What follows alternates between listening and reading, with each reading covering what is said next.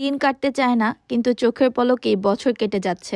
South কোরিয়াতে আসার পর এখন অলমোস্ট 3 বছর উপরে হয়ে গেছে আমার।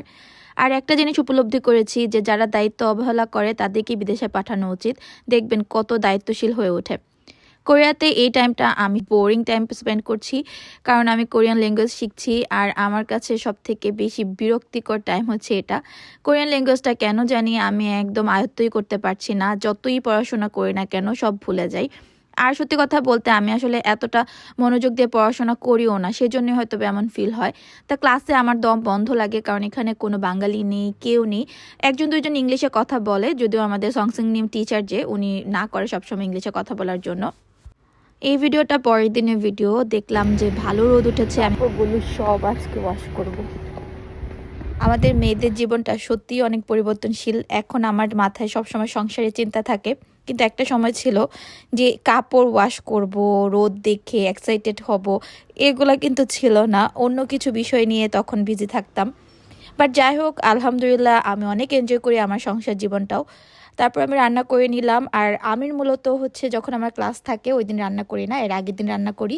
আর যেদিন হচ্ছে শুক্রবারে রান্না করি, যেহেতু শনি রবিবার হচ্ছে এখানে বন্ধের দিন। কারণ দেখা যায় মাঝে মাঝে শনিবার আমরা ঘুরতে যাই, তখন হচ্ছে বাহিরে খাবারটা আমরা অনেক সময় পাই না। হালাল ফুডটা একটু কঠিন সাউথ কোরিয়াতে, সব এরিয়াতে পাওয়া যায় না। তখন আমরা ওইভাবেই বের হই যাতে একটু স্ন্যাক্স খেয়ে নিতে পারি। আর মূল যে খাবারটা সেটা হচ্ছে বাসায় এসে খাবো। তো তাই রান্না করে রাখা হয় যাতে তাড়াতাড়ি বাসায় আসার পর খেয়ে নিতে পারি আমরা। রান্নার মাঝখানেই কিন্তু আমি আমার কাপড়গুলো ওয়াশিং মেশিনে দিয়ে দিয়েছি এবং ওয়াশ হয়ে গিয়েছিল। আমি আবার নেড়েও দিয়ে এসেছি। তারপর হচ্ছে ফ্রেশ হয়ে শাওয়ার টাওয়ার নিয়ে যাব হচ্ছে কাপড়গুলো নিয়ে আসতে। তারপর বিকালে গিয়ে দেখি আকাশটা এত সুন্দর, আমার কাছে খুবই ভালো লেগেছে, তাই ভিডিও করে নিলাম। তো কাপড়টাও নেড়ে দিয়েছিলাম, শুকিয়ে গিয়েছে। তারপর নিয়ে যাব, তারপর বের হব, একটু বাইরে যাব, কিছু বাজার করতে হবে। সাউথ কোরিয়ার ওয়েদারটা এত চেঞ্জ হয়েছে, এখন যদিও শীত হালকা থাকার কথা, কিন্তু একা একা থাকি, সারাক্ষণ ভালো লাগে না। তো যখন বাসায় থাকি তখন দেখা যায় বিকালের টাইমটাতে আমি নিজেই একা যাই হাঁটতে। পাশাপাশি কিছু কাজ থাকে ওইগুলো করতে, যেমন বাজার বা ঘরের কোনো প্রয়োজনীয় কিছু প্রয়োজন হলে ওইগুলো কিনতে। সো আমি বাজার করতে গিয়েছিলাম একটু।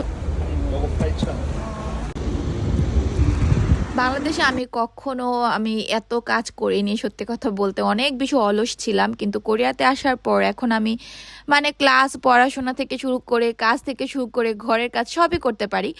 সো এই জন্য আমি বলেছিলাম যে যারা হচ্ছে অলস থাকে তাদেরকেও যদি আপনি বিদেশে পাঠিয়ে দেন তাহলে সে দায়িত্বশীল হয়ে যাবে। অনেক দিন ধরে আমি প্ল্যান করছিলাম যে আমি আমার হাজব্যান্ডকে একটা স্পেশাল গিফট করব তার জন্মদিন উপলক্ষে। যদিও আমি তাকে বলেছি প্রি অর্ডার করে ফেলতে, কিন্তু সে প্রি অর্ডার করেনি। কারণ নতুন কি কালার আসবে, তারপরে হচ্ছে ইস্যু আছে কিনা ওইগুলো দেখে সে অর্ডার করবে, তাই হচ্ছে ওয়েট করছিল। যদিও আমাদেরকে এটাও প্রি অর্ডার করতে হয়েছে কারণ স্টকে ছিল না। তো এবার আইফোন 17 প্রো সিরিজের মধ্যে আমার কাছে আসলে অরেঞ্জ কালারটা নতুনটা একদমই ভালো লাগেনি, আমার হাজব্যান্ডের কাছেও পছন্দ হয়নি। যাই হোক, সে অবশেষে তার পছন্দের কালারটাই নিল। আমার হাজব্যান্ড আমাকে অনেকগুলো ফোন গিফট করেছে, সো তাকে একটা কিছু গিফট করতে পারার মধ্যে আসলে হ্যাপিনেসটা অনেক বেশি ছিল। তারপর আমি বললাম যে আমাকে ট্রিট দাও, কারণ তুমি এত সুন্দর গিফট পেয়েছো, আমারও তো মিষ্টিমুখ করতে হবে। আর এখানে মিষ্টিমুখ করা মানে হচ্ছে ক্যাফেতে যাওয়া, কেক খাওয়া, দ্যাটস ইট। আর তো কিছু নাই আসলে। আর এখানে আসলে পাং মানে ব্রেড পাওয়া যায় মিষ্টি জাতীয়, এগুলোই। আর আসলে তেমন কিছু আমাদের বাংলাদেশের মতো এত অপশন অ্যাভেলেবেল নেই কোরিয়াতে, যেটা আমার একদমই ভালো লাগে না। আর আমি যে এরিয়াতে থাকি ওই এরিয়াতে আসলে বাংলাদেশে কোনো শপও নেই যে ওইখানে গিয়ে খাবো।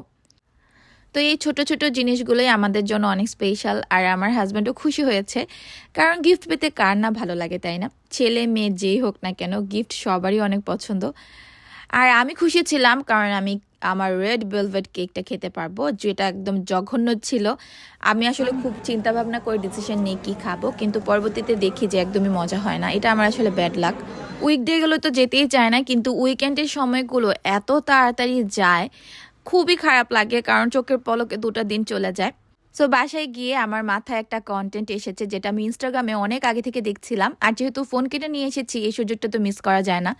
তাই আমি আমার হাজব্যান্ডকে বলি যে আমাকে এই ভিডিওটা করে দাও, যে কার্ড দিয়ে, যখন আপনাদের সাথে শেয়ার করেছি অলরেডি এই ভিডিওটা। সো কার্ড দিয়ে যখন বলে হাজব্যান্ড যে যা যা প্রয়োজন বাসার জন্য কিনে নিয়ে আসো, তারপর বউ কী করে যে অনেক এক্সপেন্সিভ কোনো একটা কিছু কিনে নিয়ে চলে আসে। তো এই সুযোগে আমি এই ভিডিওটাও তৈরি করে ফেলি। দেখেছেন আমি উইকে কত কাজ করি, তারপরেও কিন্তু অনেকে আমাকে বলে যে সারাদিন কি করো, বাসায় তো বসেই থাকো। যাই হোক, সবাই ভালো থাকবেন।